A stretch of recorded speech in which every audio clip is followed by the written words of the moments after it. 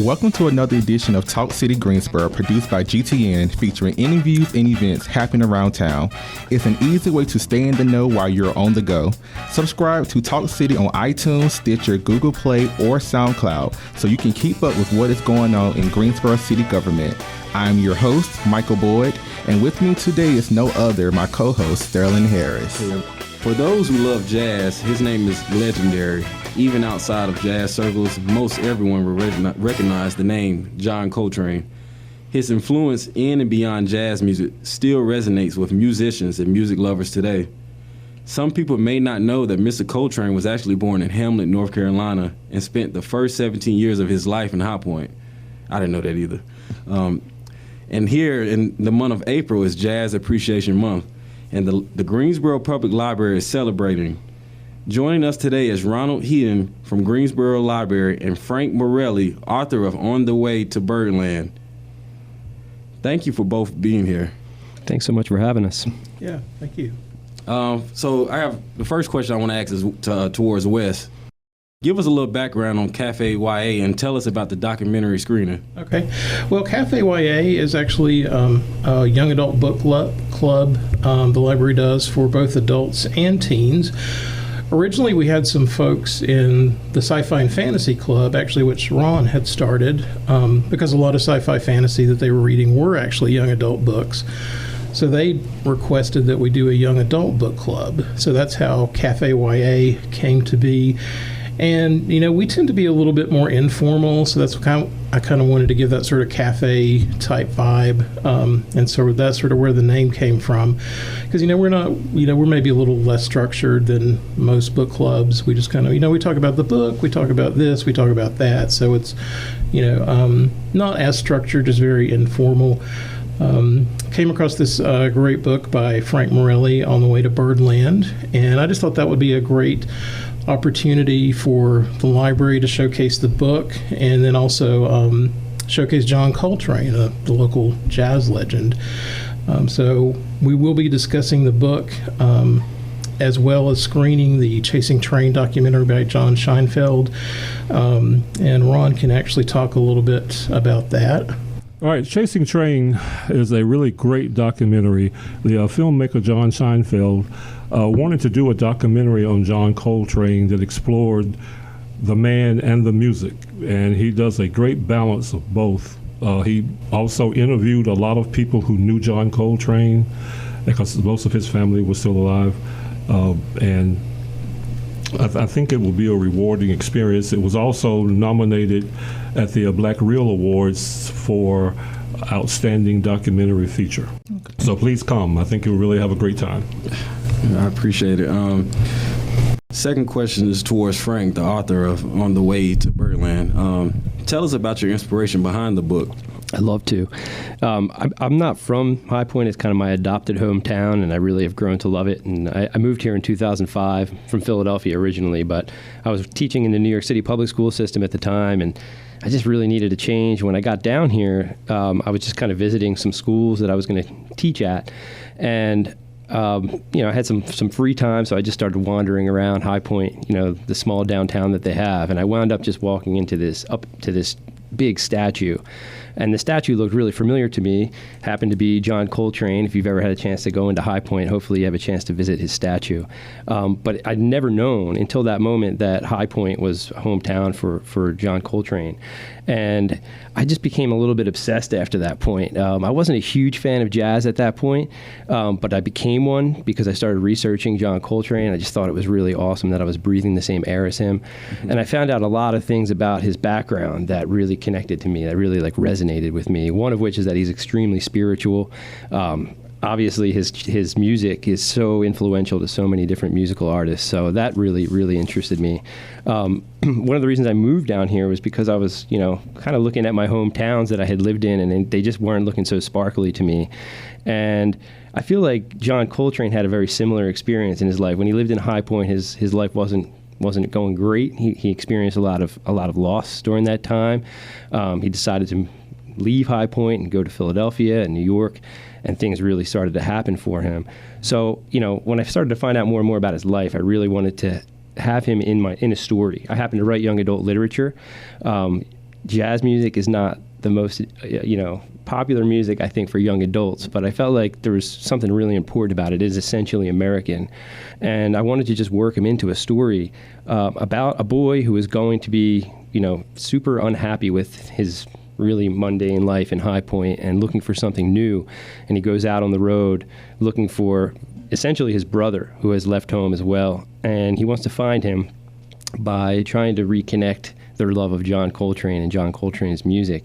And it takes him up and down the East Coast, but a lot of it is really about Cordy Wheaton, my main character's spiritual journey, and kind of the same similar spiritual journey that John Coltrane, I think, took in his short life. So it's a really interesting book to write. I had a chance to talk to so many experts on jazz and even people just in the community of High Point, such as the Underhill Street Association. They're kind of in charge of keeping John Coltrane's childhood home in really good order and letting people visit it. But I just learned so much about my new hometown, about John Coltrane and his importance in the town, and then also about myself and just the ability to, what it means to move around and what you learn from the different people that you come in contact with. Yes. And that was one of the questions that we did have for you today. We know that John Coltrane he did eventually move to Philadelphia. So you being a native of Philadelphia, have you always loved jazz, or did it just eventually overcome to you? That's a great question. You kind of set me up there. Hopefully my dad will listen to this. He used to listen to jazz all the time when I was a kid growing up in Philadelphia, and I used to always kind of try to change the station in the car because I was like, this is old person's music, and I wasn't really that interested in it. And I think a lot of it is just because jazz requires a really mature ear. You really need to learn how to listen to it and appreciate it, and I just wasn't at that point yet. So I wasn't always a huge fan of jazz, even though I kind of recognized that it took a lot of talent to play jazz. But until I started really researching and following John Coltrane, I really didn't fall in love with it. And now I just absolutely love it. I can listen to Blue Train all day long. I started out kind of getting into John Coltrane by listening to simple things like My Favorite Things, which is kind of not really his song, but he really does a great rendition of it. And that was kind of like my gateway song. But now I love listening to songs like Naima, and pretty much that whole album is just awesome. I can just listen to it over and over again. So many different moods in it. It's definitely changed my life and my appreciation for music overall. I start to notice how jazz music influences, pop music for today, and even rock music, and so many different things that I actually grew up listening to. But I guess my dad would be probably pretty proud of me now that I actually can listen to it without claiming that it's for old people only. Even though I guess I am kind of old now. I feel like we all have a full circle moment, when it comes to things that our parents did, back in the day. Like my dad used to watch Western movies a lot, and I'm like, man, I don't want to watch Bonanza, but now I see myself watching Western stuff. So, no, I can definitely relate. This question is actually to Ronald. What is the importance on events like this, and how do they continue reinforcing the library as a, conduit to destiny? Well, first, let me explain what a conduit to destiny is for the library. It is where we are providing innovative services and programs in partnership with the community to provide free and equal access to information, foster lifelong learning, and inspire the joys of reading. Its programs are supported by the Greensboro Public Library Foundation, and this is a great example of covering almost everything in our conduit, because we will be exposing people to John Coltrane. Hopefully those who don't know anything about him, just know his name, will learn something. And then we have a community author participating in the program who is also generously giving every attending person to the program a copy of the book, which he will sign if they like. And then, and of course the reading aspect comes into that also. So, and one of the things that we strive to do with our programming is to provide things that the community wants to come and participate in.